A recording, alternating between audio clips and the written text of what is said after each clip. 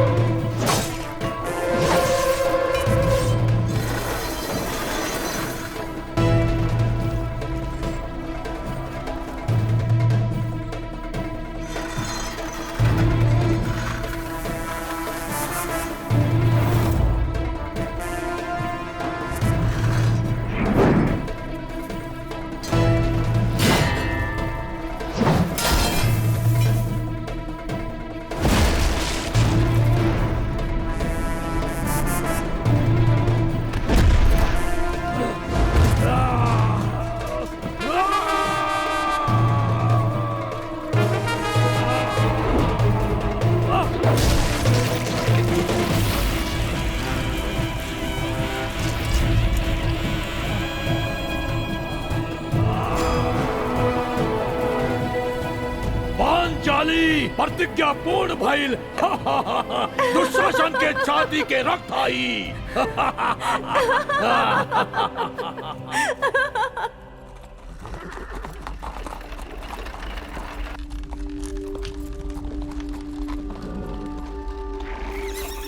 भ्राता कर्ण।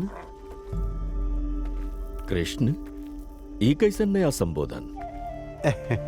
कौनो नया ना हा, संबोधन पुराना हा। नइखे पता तोहरा जन्म के एगो वृतांत बतावतानी। तू कुंती देवी के ज्येष्ठ पुत्र बाड़ा, सूर्य पुत्र, पांडवन के अग्रज बाड़ा। हमार बात सुन के तू ये युद्ध के टाल सकेला।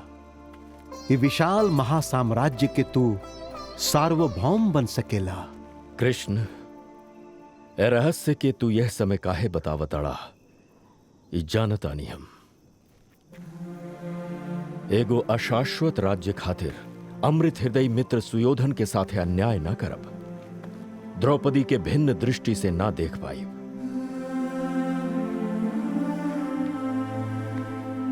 हमके तू क्षमा कर दा कृष्ण।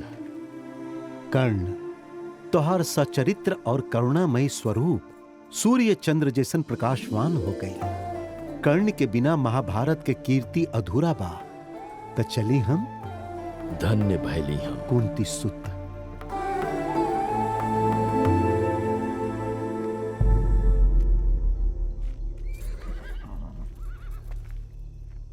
कुमार कर्ण,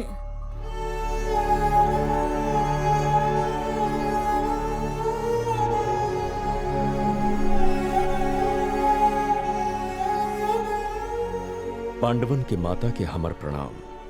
पांडवन के माता ना कहेले बेटा, माँ बुलावा कर्ण। हम अनंत महत्वाकांक्षा से जन्म देनी तारा के पुत्र।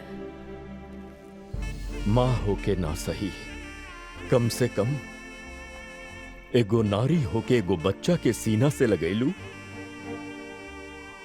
ओकरा के एक बूंद दूध भी पिलैलू का? कबो हाथ पकड़ के चले सिखैलू? माँ कह के कबो हम बोलैनी? हाँ?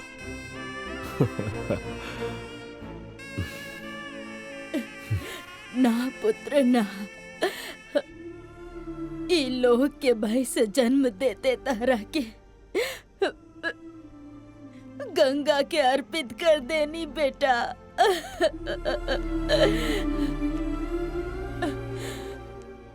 पुत्र से दूर रह के जौन हम कष्ट उठैले बानी उ अनुभव बा बेटा।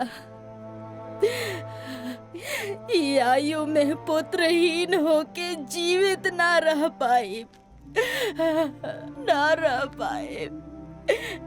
यही से अपन सहोदरन के संहार मत करा तू। एगो माई अपन बेटा से अर्चना कर रहल बानी, आंचल फैला के बेटा, बेटा के भीख दे दा, बेटा के भीख दे दा। बेटा के भीख, बेटा के भीख।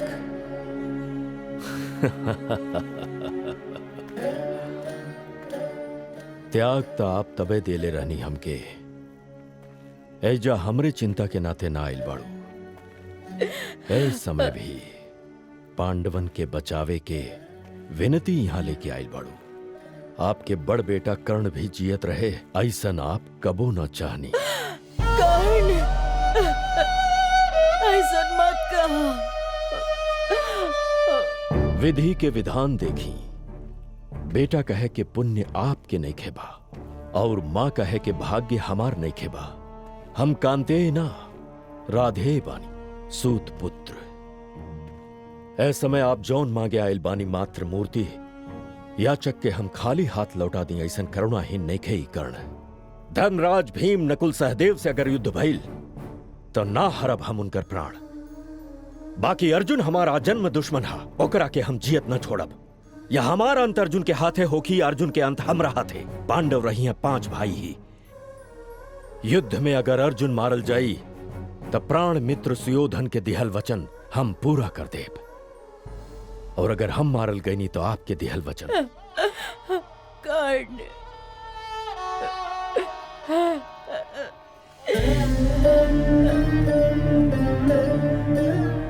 दिहल वचन हम तोड़ब ना। चलावल बाण फिर से वो और मोड़ब ना। जाई मां, पांडवन के मां।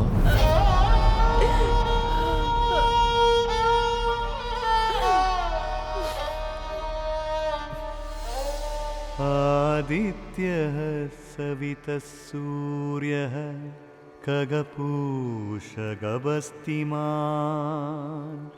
सुवर्णसदृशो भानुः। कर्ण, पुत्र वात्सल्य के मोह में देवराज इंद्र अपने बेटा पार्थ के जीवन रक्षा खातिर स्वांग रच के तोहरा से तोहार कवच कुंडल मंगिए। उनकरा के ई दिहा मत बेटा। धन्य भैनी हम। भिक्षामि देहि, देहि राजा। स्वर्गाधिपति इंद्र, ये कैसन अनिष्ट सोच बा आपके?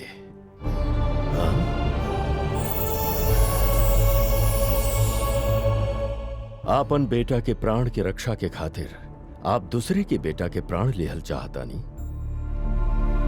बोलिंग का चाहिए आपके? हमार कवच कुंडल ना, यह ना?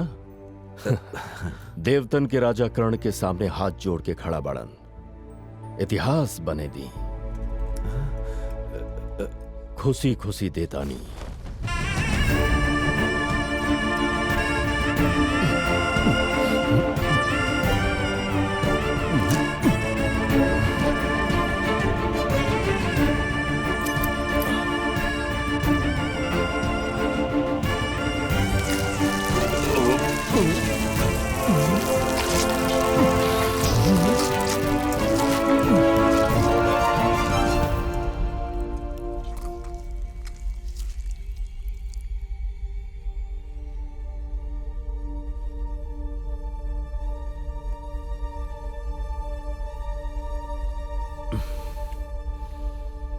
दानवीर कर्ण, धन्य भाई दान।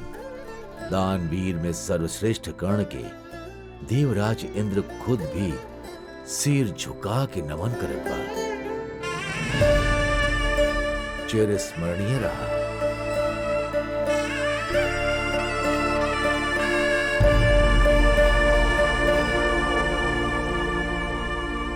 अंगराज, हमार अंतर अंगराज, हमार आशा आकांक्षा के सिद्ध करे वाला एगो तू ही बाड़ा। बाकी हमार मित्र ई कर्ण हमरा साथे बा। अस्त्र शस्त्र से उत्पन्न होके वाला तीव्र वैश्वानवर के ज्वाला में ई दुष्ट कृष्ण और निकृष्ट पांडव जल के भस्म हो जाइए। ई जाना तानी हम। विजयी भव मित्र, विजयी भव। मित्र, शिव तांडव जैसन आनंदित होके समर विजय लक्ष्मी खींच के तोहरा सामने लाके ओकरा सिर झुका देब। असामान्य अद्वितीय हमार मित्र प्रिय सुयोधन सार्वभौम खातिर ई कर्ण के लिखल युद्ध इतिहास सदैव चिरस्थायी होके युग युगांतर तक अविस्मरणीय रही। हमनी के मित्रता के ज्योति जलत रही। ई हमार प्रतिज्ञा है।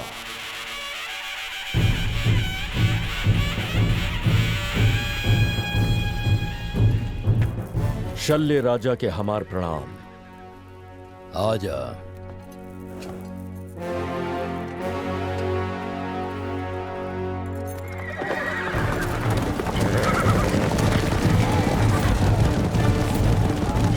शल्य महाराज, आपके सारथ्य में महारथ बनके आपन मित्र के मनोरथ पूरा करब हम। चली। ऊ देखा कर्ण आ रहल बा।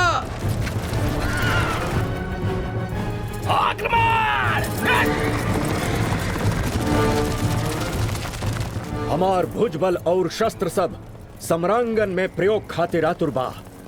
रथ कृष्ण अर्जुन के तरफ ली। कृष्ण अर्जुन से युद्ध करे के सामर्थ बा। पहले सामान्य सैनिक के ही सामना करी। शल्य राजा, ई पक्षपाती बात बंद कर दी और पार्थ के धूल चटावे वाला वीर बानी हम। चली। तू पार्थ के सामना कर पैबा। गांडीव धनुर्धर, धनुर्विद्या विशारद, ये पांडव कहाँ और कुरु कुमार के दासन के दास कर्ण कहाँ? चंद्रकुल वंशज अर्जुन कहाँ और नीच कुल में जन्मल तू कहाँ? बस। नीच कुल के बानी तभी जेकर अन्न खैले बानी हमेशा ऋणी रहब उनकर। तोहरा जैसन विश्वासघाती ना, कृतज्ञताहीन कृतघ्न बाड़ा तू।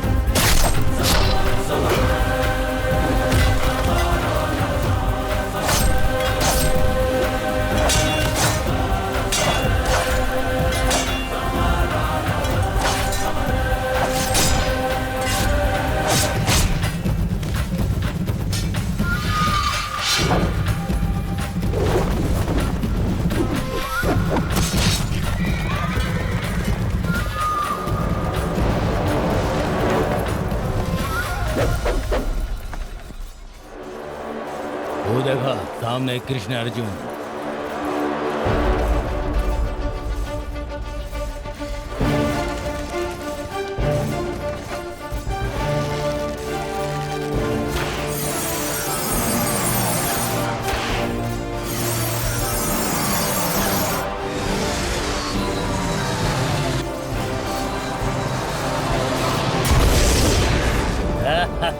देखला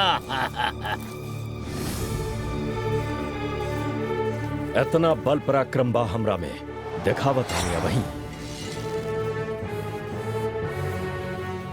ई नागास्त्र हा। एक बाण से कृष्ण अर्जुन दोनों मारल जाई हैं।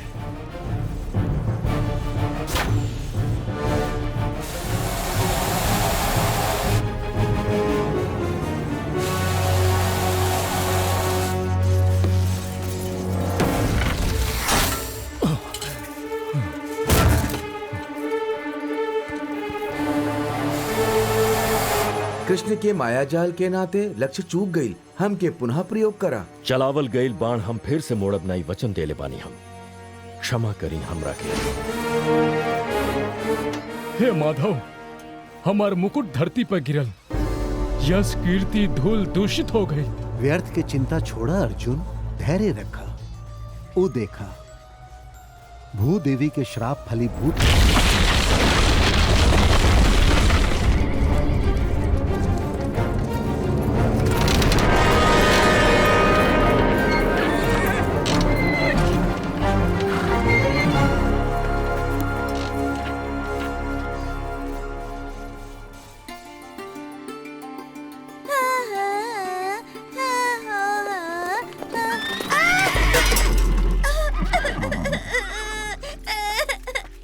बेटी, चोट तो न लागल?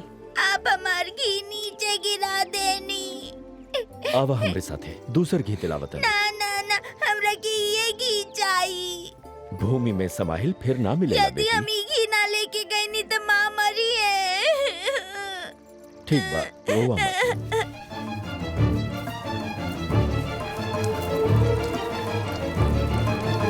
कर्ण, माता जान के भी हमरे वक्ष स्थल के निचोड़े वाला दुरहंकारी, रणभूमि में तोहरा रथ के पहिया ही भूमि में धंस जाई।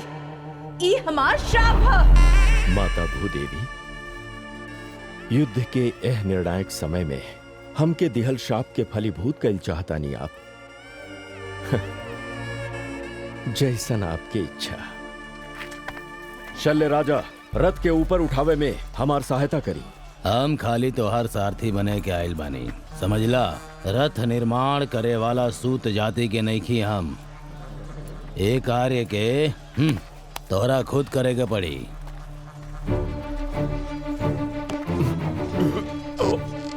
हे अर्जुन, बाण चलाओ ओकरा पे।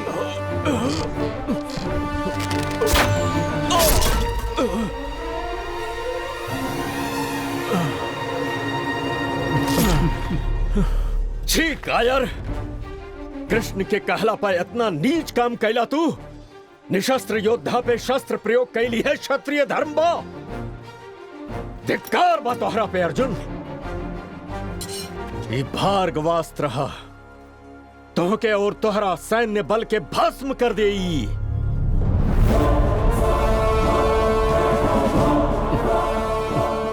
ये मंत्र याद काहे ना आवत बा?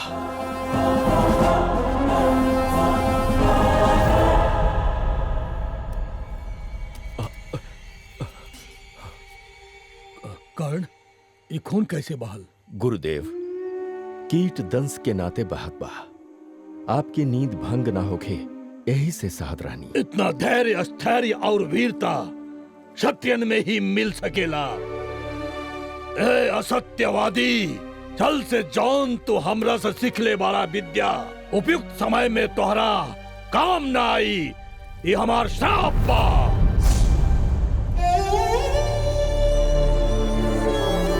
कर्ण, सबके श्राप एक के समय फलीभूत भई। देवन के भी यह इच्छा बा। अर्जुन, अंजलि का अस्त्र चलाओ।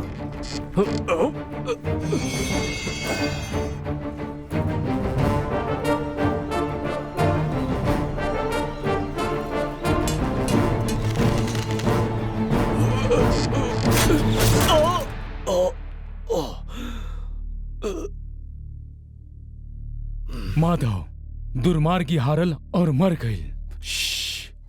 पार्थ, कर्ण ना तो दुर्मार्गी रहल, ना वो दुर्भागी रहल। विपरीत परशुराम, भूदेवी, तुहार मां कुंती, पिता इंद्र, शल्य, ई 6 जन के कारण ही कर्ण आपन प्राण गंवैले बा। हमनी तो खाली बानी निमित्त मात्र।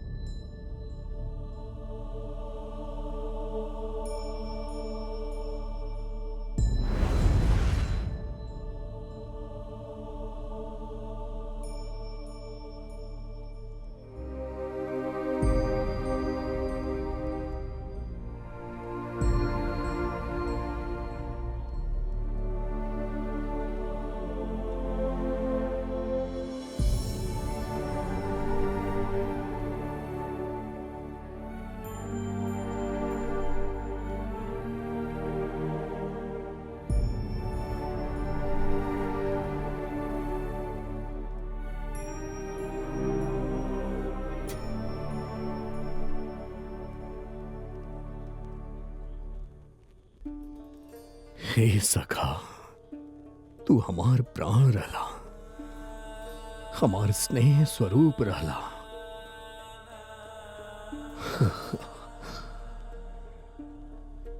हमके छोड़ के चल गईला तू। दुशासन गुरुजन और सहोदरन के मृत्यु के पश्चात भी हम विचलित ना भईनी, किंतु तहार जाए के दुख अब सहन नहीं हो रहल। अभी राज्य साम्राज्य, ई राज्य वैभव हमरा कौना काम के। अब जल समाधि केवल एक मार्ग बचल बा, केवल उहे एको मार्ग हा।